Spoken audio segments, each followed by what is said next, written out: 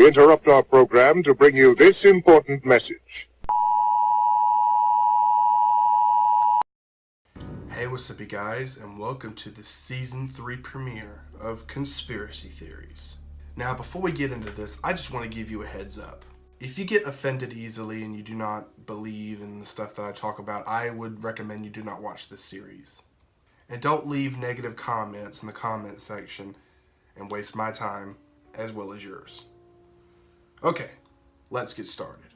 Today we're going to be touching up more on the Illuminati and how it is not a joke. In the past couple of months since the last season ended, I've randomly found a few commercials where they're mimicking the Illuminati, making out to be like a hilarious joke. One of them is a progressive advertisement. Check it out. Competitors rates alongside their direct rate to save you money. But what's really going on? When played backwards at 1/8 speed, we can clearly hear. Lively little locksmith. Lively little locksmith. Look at that name. Tom! They're just commercials. Or are they? You're waking the neighbors. Well, Mom, maybe the neighbors need to be woke. I think it's actually awoken. No, that doesn't even seem right. No. And another one came out just recently from Taco Bell. Check it out.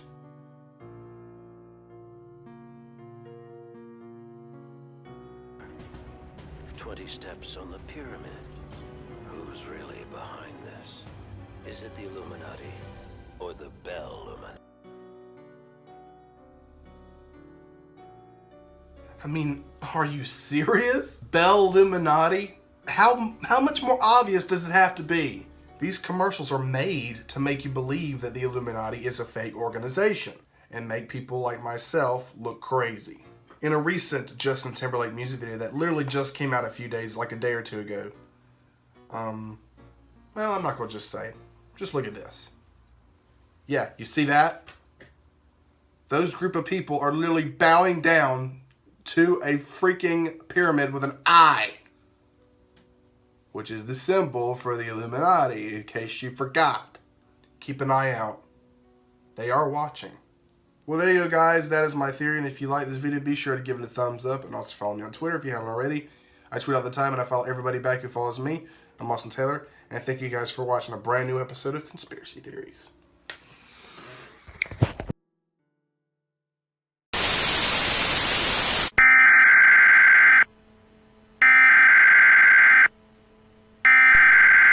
We interrupt our program to bring you this important message.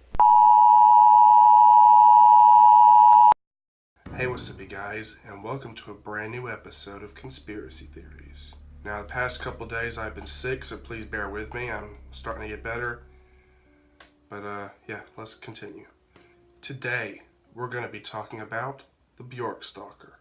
Ricardo Lopez, also known as the Bjork Stalker, was a pest control worker who attempted to kill Icelandic singer Bjork. Lopez had become obsessed with the singer in 1993 and later became angry over her relationship with musician Goldie. Over a nearly 9-month period, Lopez made a video diary at his Hollywood, Florida apartment. The videos show Lopez talk about Bjork and various other topics while making a letter bomb rigged with sulfuric acid intended to kill or disfigure the singer. On September 12, 1996, Lopez mailed the bomb off and then came home for an even bizarre ritual. I warn you, what you're about to witness is a clear view of madness. Lopez paints his face and cuts his hair and commits suicide on camera. He was hoping that the bomb would kill Bjork, so that when he killed himself, they would be reunited in heaven. His decomposing body, along with over 20 hours worth of video diary footage, was found by Florida police 4 days later. After viewing the tapes, police contacted Scotland Yard and got the package before it could harm anyone. Just a regular working man who paid his bills and came home, went to sleep, and didn't bother a soul. But what 21-year-old Ricardo Lopez's neighbors didn't know is that he had an obsession. An obsession with alternative rock singer Bjork Gudmundsdóttir. An obsession which in the end cost Lopez his life and almost seriously injured her. Obviously, he wanted to bring her harm. To what extent, we're uncertain. The twisted tale began to unravel yesterday when Lopez's body was discovered inside his Hollywood apartment. Police say he shot himself in the head. A message scrawled on the wall alerted police to a videotape depicting the suicide. It was labeled, "Last Day, Ricardo Lopez." Today, Bjork is still in the music industry, but not a day goes by when she almost was killed by an obsessed fan. Well, there you go, guys. There is my theory, and if you like this video, be sure to give it a thumbs up, and also follow me on Twitter if you haven't already. I tweet all the time, and I follow everybody back who follows me. I'm Austin Taylor, and thank you guys for watching a brand new episode of Conspiracy Theories.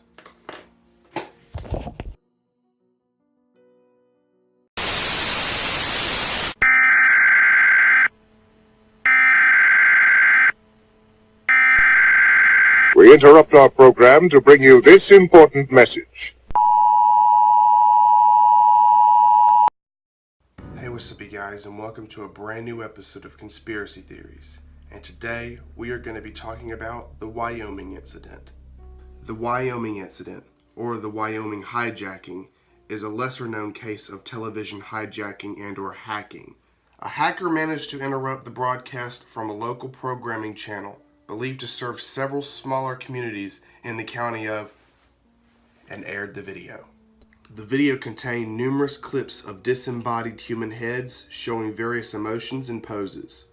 The camera position changed often, usually every 10 to 15 seconds, and the video was often interrupted by a special presentation announcement.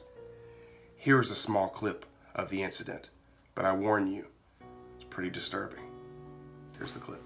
Wyoming today, making him the first to visit in preparation for the 2008 general election. Republican President Jackson.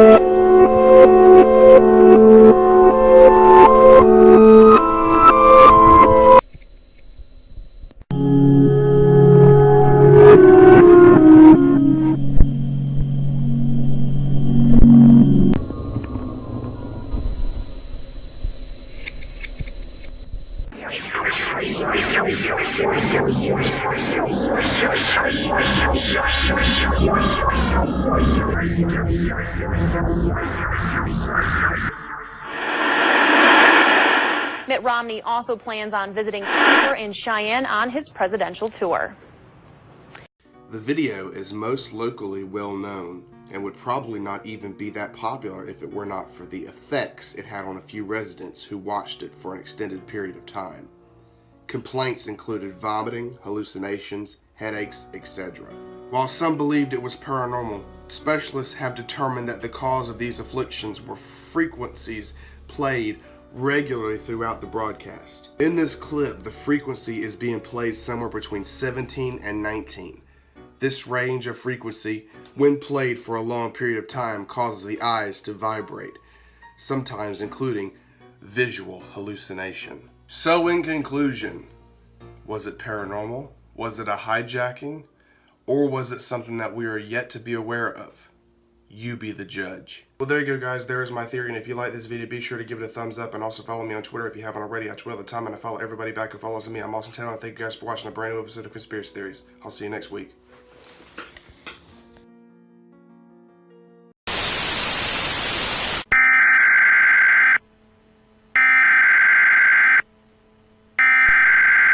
We interrupt our program to bring you this important message. Hey, what's up, you guys, and welcome to another brand new episode of Conspiracy Theories. And today, we are going to be talking about Username 666. While many web-based urban legends are fictional, this one actually has roots. And while the true nature of the YouTube video, known alternately as SM666 or username 666, remains undetermined, the history of this viral video phenomenon is truly terrifying. In most cases, the clip in question is believed to originate with a Japanese experimental artist named, who at one point went by the username. The content of the video, which was reportedly first uploaded on December 28, 2007, describes some of the cryptic and nightmarish posts made to the two channels Paranormal Board by an anonymous user with the handle SM666. An alternate version of the SM666 video entitled Username 666 was shared to via YouTube on February 28, 2008, and this is where the story goes weird. According to reports from multiple users who tried to view this video, their first attempt to access the YouTube link revealed an account suspended notification. But allegedly, if one refreshes this same URL multiple times, the video will eventually begin to play. While I can't verify conclusively what happens next, I would strongly recommend not to refresh the link, for reasons I'm about to explain. In the video, while this man was trying to escape the channel once popped into the screen, he was unable to do so. He tried to exit the screen and even tried to shut the computer off, and even that didn't work. Here's a clip from username 666, but I warn you, it's very creepy.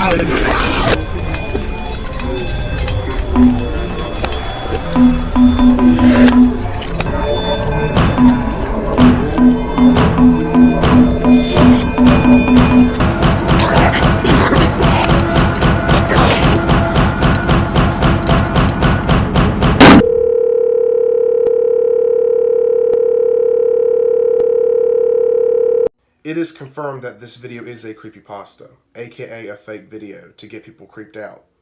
But the real mystery of all is the person who made the video and uploaded it to YouTube. Who is it? And why did he do it?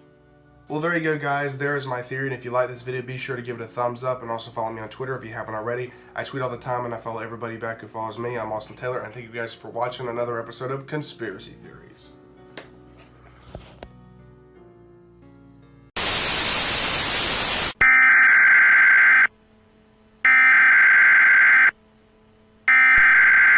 We interrupt our program to bring you this important message. Hey, what's up, you guys, and welcome to a brand new episode of Conspiracy Theories. And today, we're going to be talking about the 112 Dirtbag Mystery. Maura Murray disappeared on the evening of February 9th, 2004 after crashing her car on Route 112 in Haverhill, New Hampshire. She was a nursing student at the University of Massachusetts. Murray left the campus early that afternoon after packing her car and emailing her professors and work supervisor that she was taking a week off due to a family emergency.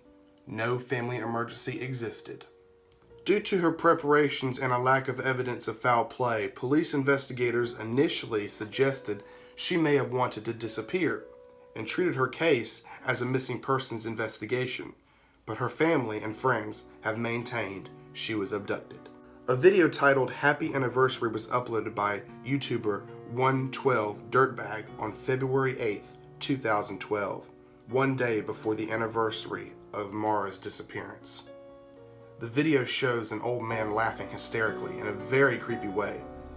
Here's the clip.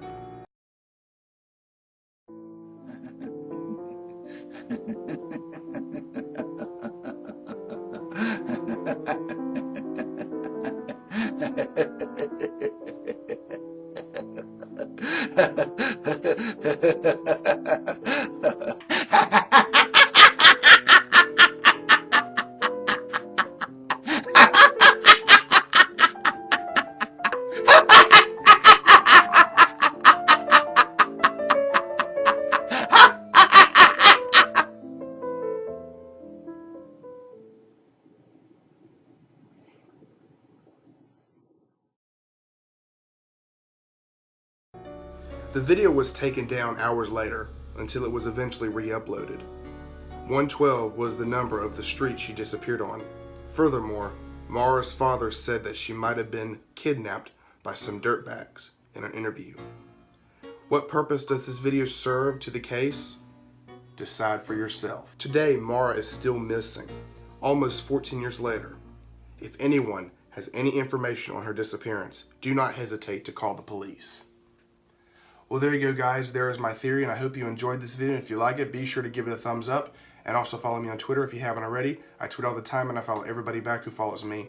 I'm Austin Taylor, and thank you guys for watching a brand new episode of Conspiracy Theories.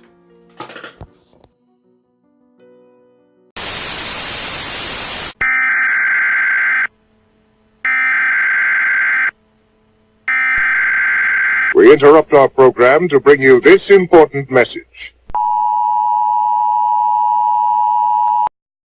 Hey, what's up, you guys, and welcome to a brand new episode of Conspiracy Theories. And today, we are going to be talking about how your social media might be watching you.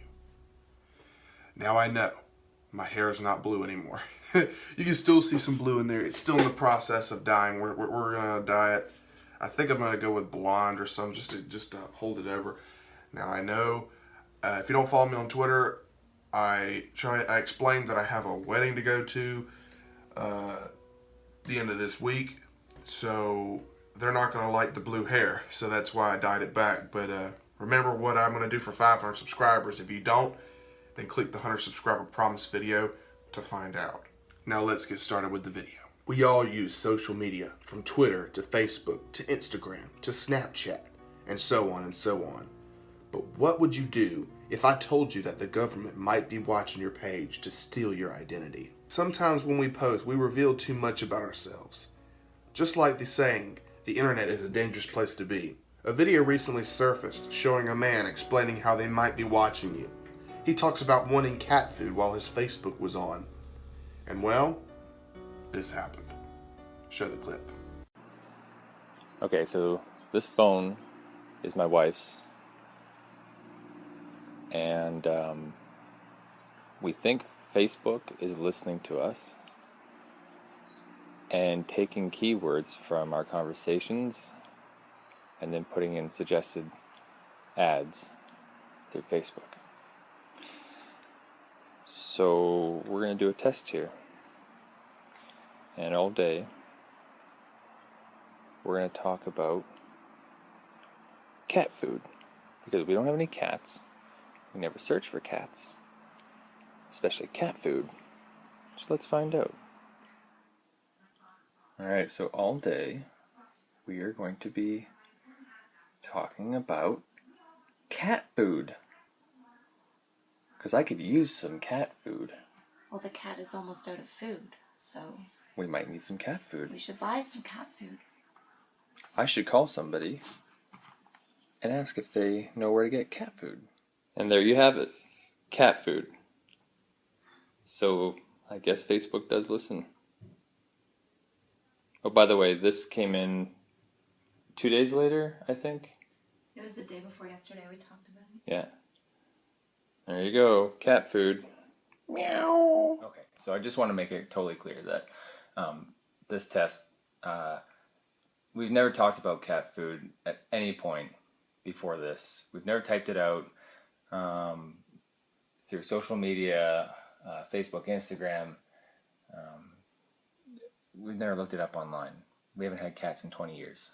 Now Facebook has came out and said that they do not listen in on people, but you never know. You guys really need to be careful on your social medias, because you might not realize it, but you reveal too much as your name, age, date of birth, favorite things, and so on.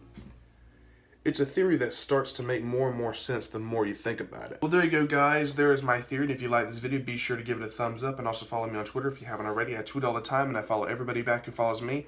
I'm Austin Taylor, and thank you guys for watching a brand new episode of Conspiracy Theories. I've decided to do an upload every Tuesday and Friday, because I know one day a week will not hold you guys over, and especially won't hold me over. So I'm going to try and do one every Tuesday and Friday for now.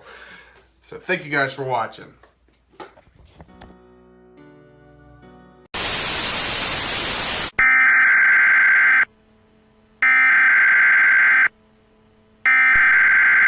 We interrupt our program to bring you this important message. Hey, what's up, you guys, and welcome to a brand new episode of Conspiracy Theories. And today, we are going to be talking about the 9/11 conspiracy. In 6th grade, I did a poster board on this particular topic and got a B+. So I would listen up if I were you. The terrorist attack that occurred on September 11th, 2001 was a horrible event. But was it planned? The theory is that the collapse of the Twin Towers was a result of a controlled demolition rather than structural failure due to impact and fire. Another belief is that the Pentagon was hit by a missile launched by elements from inside the US government, or that a command airliner was allowed to do so via an effective stand-down of the American military. Possible motives claimed by conspiracy theorists for such actions include justifying the invasions of Afghanistan and Iraq, even though the US government concluded that Iraq was not involved in the attacks. They hinted it everywhere, before it even happened, in movies, television, and more. Here's some.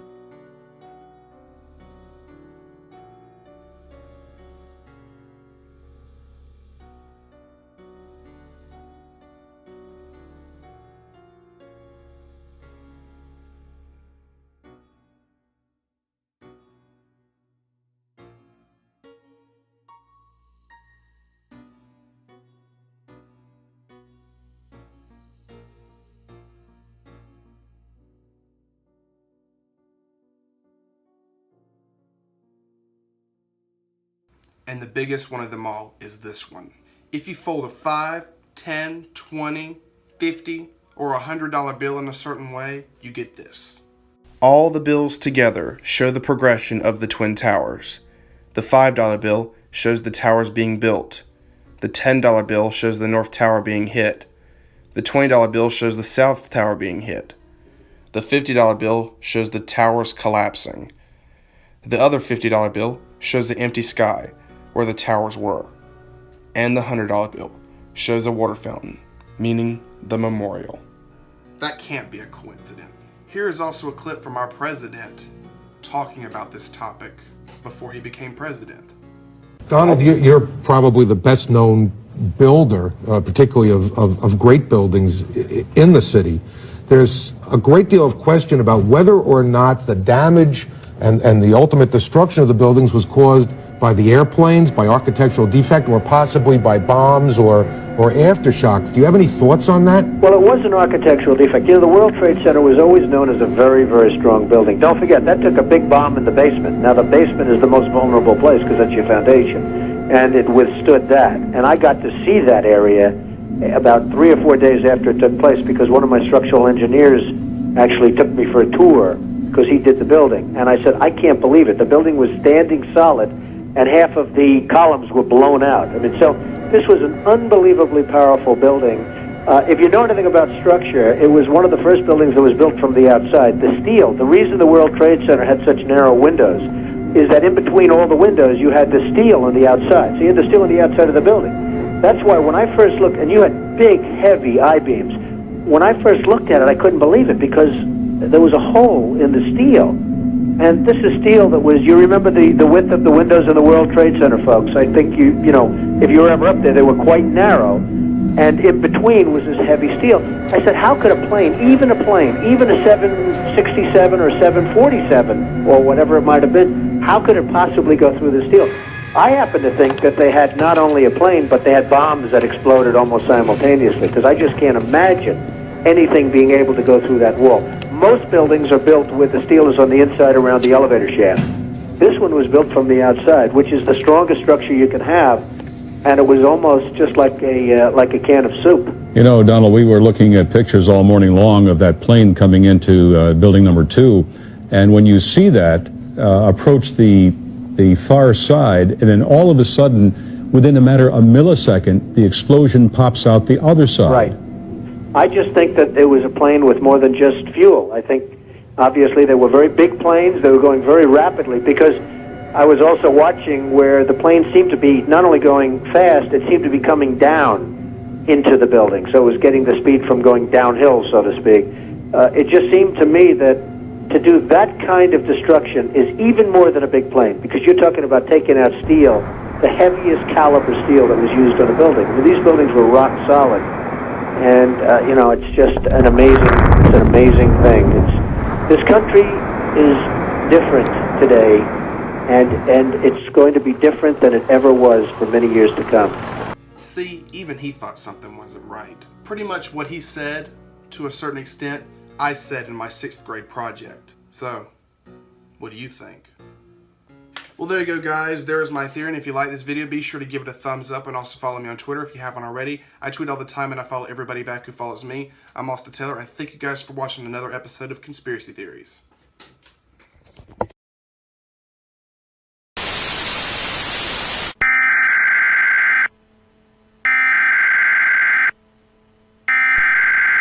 We interrupt our program to bring you this important message. Hey, what's up, you guys, and welcome to a brand new episode of Conspiracy Theories. This episode is going to be a little different because it relates gun control. Now, I know that this is a very sensitive topic for some people, but I believe it's very important that I talk about it. So if you're very sensitive to this kind of situation or scenario, I would suggest you do not watch this video. Over the past few years, we have had more school shootings than ever before. And if it keeps up, it could result to have our guns taken away from normal people.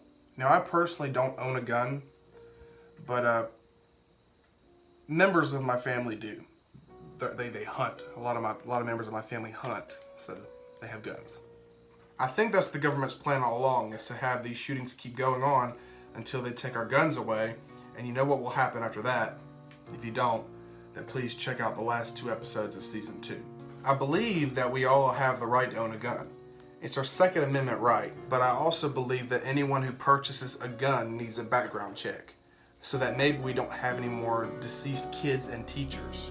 I also heard a crazy theory that all of the shooters are hired by the government to basically start the beginning of the end, and the end is coming at full speed. You guys need to act now before it's too late. Well, there you go, guys. There is my theory, and if you like this video, be sure to give it a thumbs up, and also follow me on Twitter if you haven't already. I tweet all the time, and I follow everybody back who follows me. I'm Austin Taylor, and thank you guys for watching another episode of Conspiracy Theories.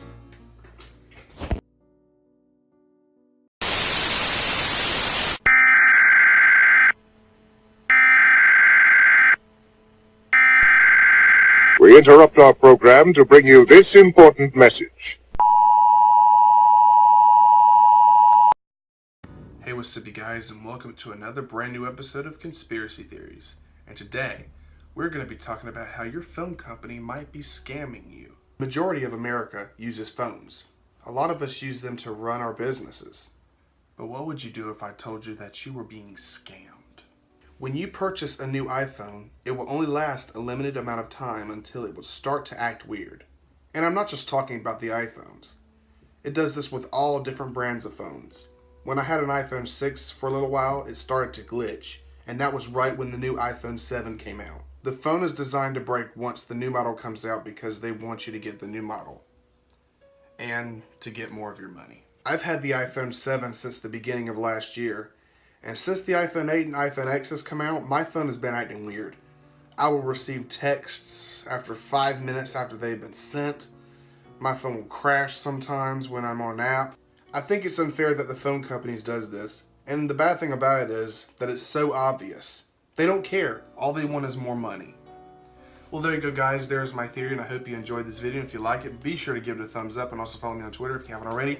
I tweet all the time, and I follow everybody back who follows me. I'm Austin Taylor, and thank you guys for watching a brand new episode of Conspiracy Theories. I'll see you on the Season 3 finale.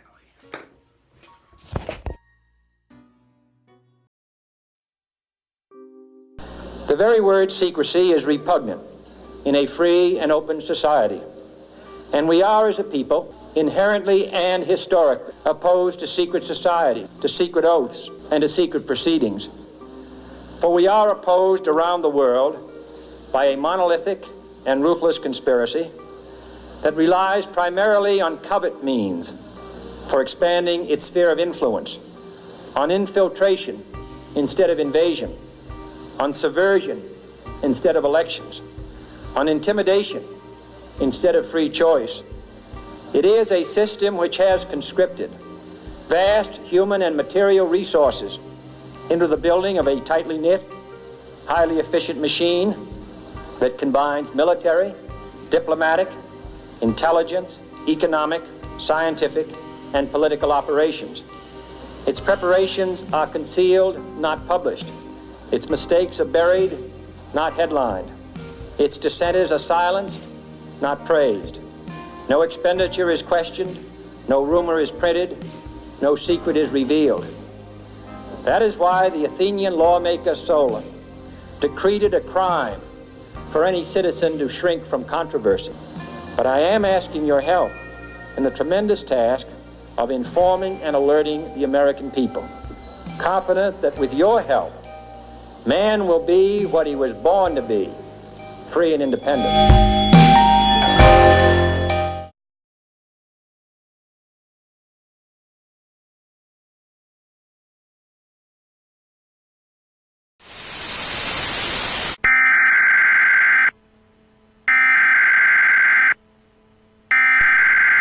We interrupt our program to bring you this important message.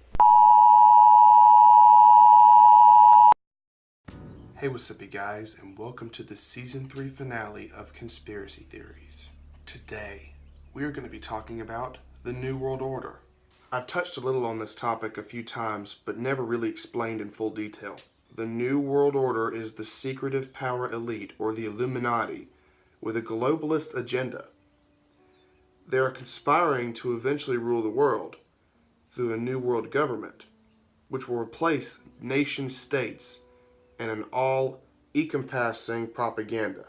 Like I said in the Illuminati video, once martial law comes effect, that will start the beginning of the end. Either a scary sickness such as Ebola will come around, and just for our safety, as they say, they will take us to FEMA camps where they will kill us all one by one. Or they will take us by force, where they will kill us one by one. It's just like another version of the Holocaust.